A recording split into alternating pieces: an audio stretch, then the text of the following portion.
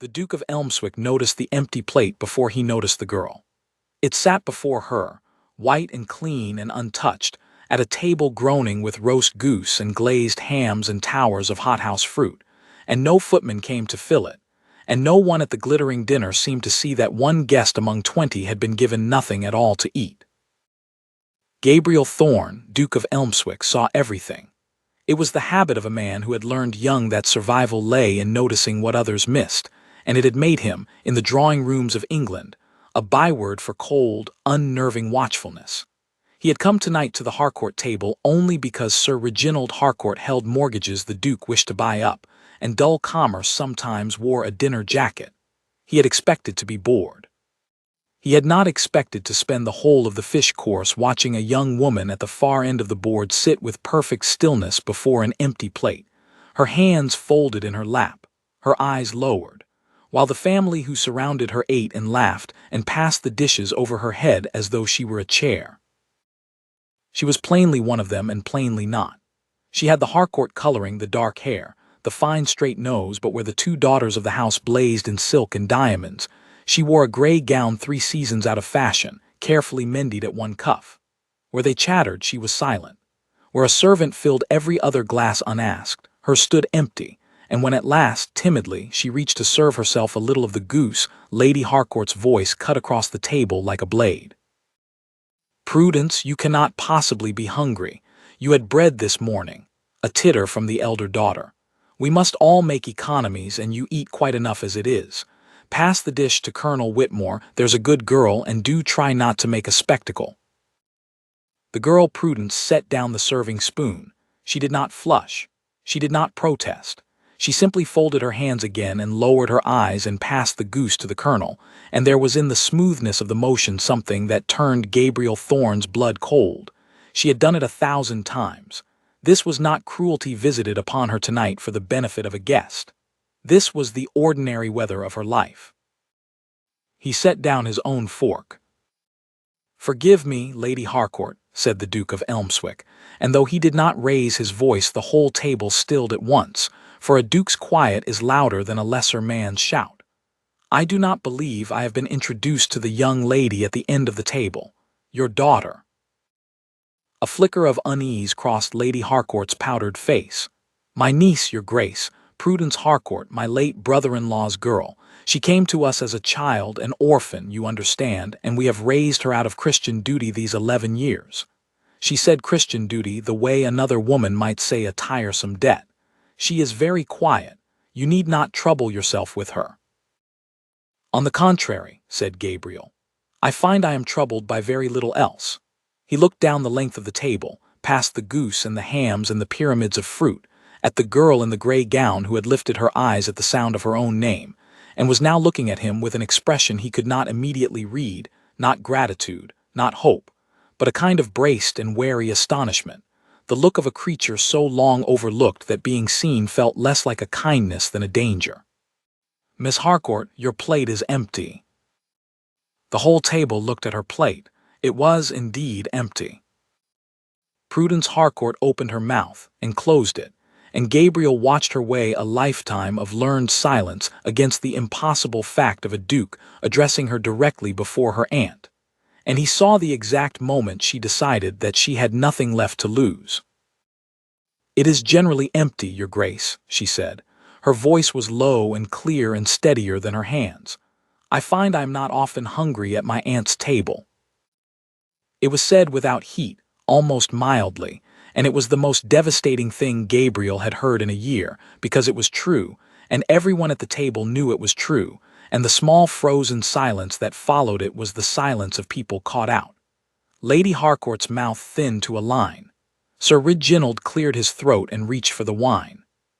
The elder daughter, Cordelia, gave a brittle laugh and said something about how droll Prudence could be when she chose, and the moment might have passed and been buried under the next course, as such moments always were. Except that the Duke of Elmswick rose from his chair. "Miss Harcourt," he said, "would you do me the honor of taking the seat beside me? The company at this end of the table is, I confess, a great deal duller than I had hoped, and I find myself in want of conversation that is not about mortgages or the price of hothouse pineapples. "Sir Reginald, you will not object. I am, after all, your guest, and a guest must be indulged in his whims." It was outrageous. It overturned every law of precedence. A duke did not summon the poor relation from the foot of the table to sit at his right hand. A duke did not notice the poor relation at all. But he was a duke, and Sir Reginald wanted his mortgages bought, and so no one dared object, and Prudence Harcourt, white-faced and trembling now that the eyes of the whole table were upon her, rose from her place and walked the length of the room and took the chair a footman hastily drew out beside the most powerful and most feared man in the county. "You need not have done that," she murmured, so low only he could hear as she sat. "You have made things a great deal worse for me. They will make me pay for it when you have gone." "Then perhaps," said the Duke of Elmswick, taking up the serving dish himself and with his own ducal hands, laying goose and potatoes and a good portion of everything within reach upon her empty plate before the appalled eyes of her aunt, "I had better not go." He learned her story in pieces over the following weeks, for the Duke of Elmswick, having noticed Prudence Harcourt, discovered that he could not stop, and contrived reasons to call at Harcourt Hall that fooled no one, and that Sir Reginald, desperate now to please a man who held his financial future in one hand, could not refuse. She had come to them at 11, he learned, when her father, Sir Reginald's younger brother, a gentle scholar of no fortune, had died of a fever, leaving his only child a small inheritance and no protector but his brother. The inheritance had been quietly absorbed into the Harcourt accounts for her keep. The protection had amounted to a life of invisible servitude. She was not a servant, servants were paid, and had a hall to sit in, and half-days, and the fellowship of their own kind. Prudence was a Harcourt, and so she was given a Harcourt's clothes cut down from her cousin's cast-offs, and a Harcourt's place at the table with nothing on the plate, and a Harcourt's education, which meant she was expected to be accomplished for the family's credit and never permitted to shine, lest she outshine the daughters of the house. She played the pianoforte beautifully and was made to play only when guests wished for background noise. She spoke 3 languages and was addressed in none of them. She had in 11 years been given precisely nothing that could not be taken away, and had learned in consequence to want nothing, to expect nothing, to make of herself so small and quiet and useful a thing that no one would trouble to be cruel, and had discovered, as such people always do, that smallness invites cruelty rather than deflecting it. Gabriel Thorne understood this better than she could have guessed. He had been an unwanted second son himself, raised in the cold shadow of a brilliant elder brother, taught by a hard father that his only value lay in what use he could be. He had escaped it only by an accident of mortality. The fever that had taken his brother had made Gabriel a duke at 23, and he had spent the 15 years since building a wall of wealth and power, and studied coldness so high that no one could ever again make him feel he was worth nothing. He recognized in Prudence Harcourt the thing he had spent his whole life refusing to become, a person who had accepted the verdict of the people who did not love her. He could not bear it. He told himself at first that it was only justice, that he disliked cruelty and enjoyed thwarting the smug and the mean, and that rescuing a mistreated girl from a grasping family was a satisfying diversion for a bored and wealthy man. He told himself this for exactly as long as it took him to realize that he had begun to arrange the hours of his days around the chance of hearing her speak. For she did speak to him, once she understood he truly wished to hear it. It came slowly, like water finding a crack in ice. He asked her opinion of a book and received not the modest deflection he expected, but a real answer, sharp and considered and quietly funny. He asked what she would do if she were free to do anything, and watched something flare in her dark eyes before she caught it and doused it, and said, "I have not permitted myself to want things, your grace. It is safer. But I think I should like to teach. Little children, who do not yet know what they are supposed to become. I think I should like to tell them they are worth something, before anyone tells them they are not." Gabriel had gone very still at that. "And who told you that you were not?" "Everyone," said Prudence simply. "For 11 years, one comes to believe it in the end, not with the mind knows better, but with the part of you that flinches before it thinks." She looked at him, and there was no self-pity in it, only a plain and terrible honesty. You have been very kind to me, Your Grace, and I do not entirely understand why, and I have decided not to trust it, because things that are given to me are always, always taken away, and it is easier to lose a thing one never let oneself hold. So please do not be gentle with me unless you mean it. I have not the constitution for false kindness. I have had a very great deal of it. It was then, hearing his own life's hard lesson spoken back to him in a girl's steady voice, that the Duke of Elmswick understood he was not diverting himself. He was in love. He had fallen in love with the one person in England who would not believe he could possibly mean it, and who had told him plainly that she would not. The Harcourts, meanwhile, had begun to scheme. For if the great Duke of Elmswick was to be caught after all, and the whole county now buzzed with the astonishing news that he was dangling, then Lady Harcourt was determined he should be caught by the right Harcourt. Prudence was hastily reappraised. No longer quite so invisible, she became instead an inconvenience to be managed. Cordelia was thrust forward at every call, gowned and jeweled, and coached to laugh at the Duke's few dry jokes. Prudence was found urgent errands at the far end of the house whenever he arrived, or dispatched to a distant relation's for a week, or when these failed, for Gabriel simply asked after her until she was produced subtly maligned in her absence. She was strange, Lady Harcourt confided to the Duke. She told untruths. Her poor father had been unstable, and one did fear for the daughter. It would be a kindness, really, not to encourage the girl's fancies. She was inclined to imagine attachments where none existed, and a man of the Duke's standing would not wish to be the object of a plain nobody's embarrassing infatuation. Gabriel listened to all of it with his cold, watchful face and said nothing, and understood exactly what was being done, and let them think it was working, because he had learned in 15 years of business that the surest way to catch the dishonest is to let them believe you are a fool.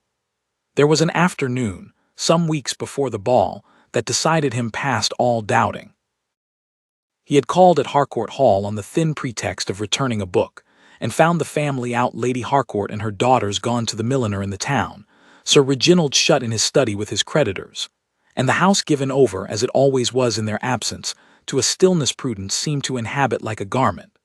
A servant, not knowing what else to do with a duke, showed him to the music room to wait, and there he found her alone at the pianoforte playing. She did not hear him come in.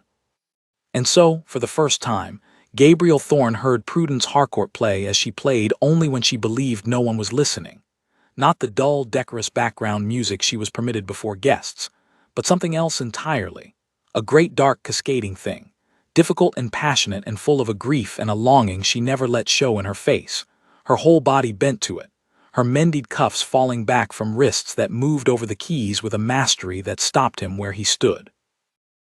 He listened unseen in the doorway until the last chord died, and then he said very quietly, "Who taught you to play like that?" She started up from the bench, white with alarm, her hand at her throat. "Your Grace, forgive me, I did not, I was only—" "You were only playing as though your life depended on it," Gabriel said. He came into the room. "As though it were the 1 hour of the week you were permitted to be a person and not a piece of furniture. I have heard a great many accomplished young ladies perform, Miss Harcourt. I have never heard anyone play like that. Who taught you?" "My father." Her guard was down, she was too shaken to raise it. Before he died, he said music was the one thing no one could take from me because it lived inside and not in a bank or a jewel case." A sad small smile.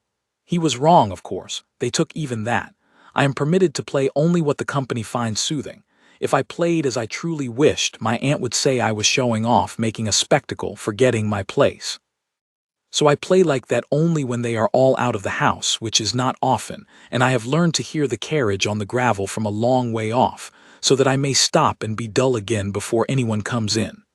She looked at him, and the honesty that never left her even now made her add, "You were not on the gravel. You must have walked up. That was unfair of you, Your Grace." "It was," Gabriel agreed. "I begin to make a practice of unfairness where you are concerned. It is the only way I ever see the truth of you." He sat down, uninvited, in a chair near the instrument, a great powerful man folding himself into a delicate gilt seat, and said, "Play it again. The whole of it." There is no carriage on the gravel, and there will be none for an hour, and I give you my word that if your aunt returns I shall tell her that I commanded it, and that a duke's whim overrides a niece's place, and she will not dare contradict me. Play, Prudence. Play as though your father were listening. I should like, very much, to hear the person you are when no one is telling you to be less. And she looked at him for a long moment, this cold, feared man who had somehow contrived to give her the one thing in 11 years no one had thought to offer, which was permission. And then she sat, and set her hands to the keys, and played the whole great, dark, passionate thing again, all the way through, with Gabriel Thorne sitting 3 feet away watching her face as she forgot, for the length of the music, to be afraid. When it ended, neither of them spoke for a while. I have never, Gabriel said at last, and his voice was not quite steady, in 15 years as a duke, envied any man anything. I find I envy your father, Miss Harcourt, who gave you that, and who heard you play it knowing what he had made. I should have liked to have given you something that mattered so much. He rose. I mean to try all the same. He did not explain himself, and she did not ask, but something had shifted in the room, and both of them knew it. And Prudence Harcourt sat at her father's remembered instrument long after the Duke had gone, with her hands in her lap and her heart doing a dangerous, unpermitted thing, and could not for the life of her make herself stop it. It came to its head at the great harvest ball that Sir Reginald gave that autumn, a lavish affair, mortgaged in every sense, thrown chiefly to display Cordelia to the Duke of Elmswick before the whole of society, and force the thing to a conclusion. Half the county came.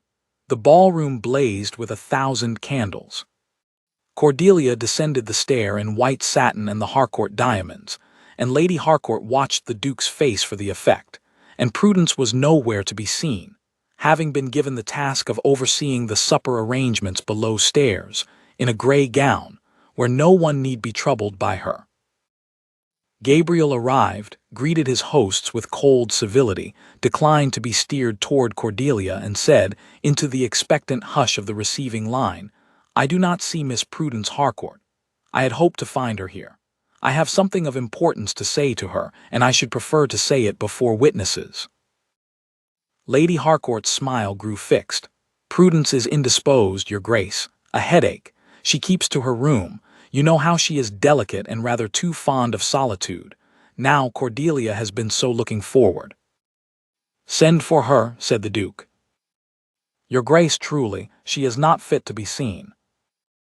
"Send for her," Gabriel repeated, and this time there was iron under the quiet, "or I shall go and find her myself through every room of this house, and I do not think either of us wishes for that spectacle before your guests." He let the silence work. "I have been patient, Lady Harcourt, because I wished to be certain. I am certain now. Send for your niece." They sent for her.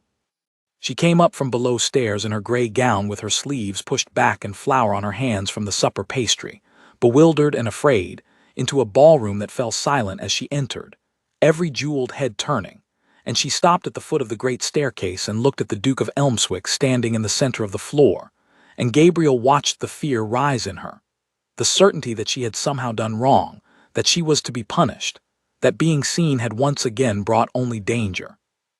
And he crossed the room to her before it could take root. "You are frightened," he said low for her alone. "Do not be. Nothing bad is going to happen to you in this room. I promise you that. Everything that is about to happen is going to be good, though you will not believe it until it is done. Will you trust me for the length of one speech?" "I told you," she whispered, "I do not trust things that are given to me." "I know," said Gabriel. "That is why I mean to give you this in front of 200 witnesses, so that it can never be quietly taken back." He turned to face the room. He did not raise his voice. He had never needed to. 11 years ago," said the Duke of Elmswick, "the family of this house took in an orphaned child and took also the small fortune her father left her, and in exchange for that fortune they gave her cast-off clothes, an empty plate, and the daily lesson that she was worth nothing. I have watched it. I saw it first at Sir Reginald's own dinner table, where this lady sat before a bare plate while a servant filled every glass but hers, and where, when I asked her why, she told me the truth so plainly and so without bitterness that I have not been able to forget it since. He looked around the silent room, and his cold gaze rested, one by one, on Lady Harcourt, on Sir Reginald, on Cordelia, until each of them looked away. I have made it my business, these past weeks, to learn the whole of it. Miss Harcourt's inheritance, the £4,000 her father left in trust for her, which this family has spent.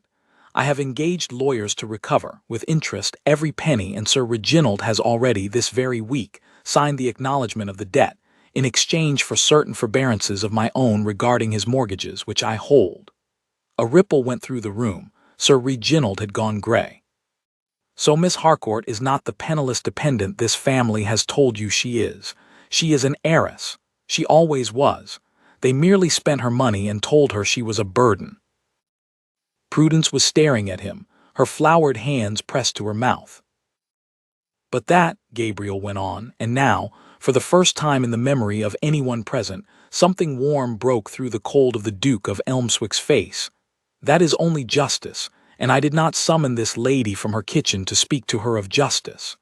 I brought her here to ask her something, and to ask it where it cannot be unsaid. He turned to her, and he took one of her flour-dusted hands in both of his.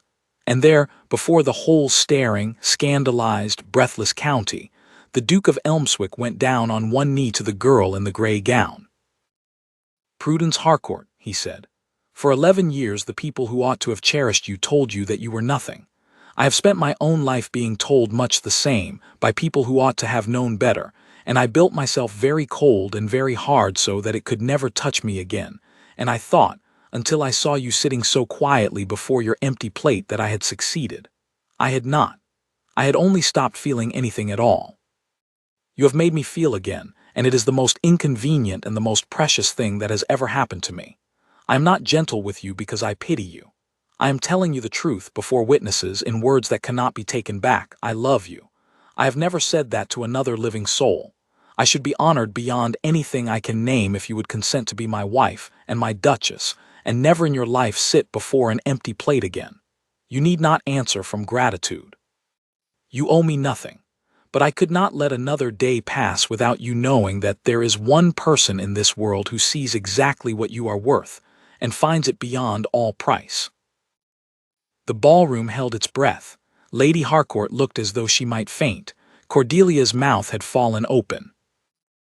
And Prudence Harcourt, who had trained herself for 11 years to want nothing, expect nothing, hold nothing, lest it be taken away, stood looking down at the most powerful man in the county kneeling before her with her flower on his fine dark coat, and felt the wall she had built around her own heart crack straight down the middle, and did the bravest thing she had ever done, braver than surviving, braver than silence.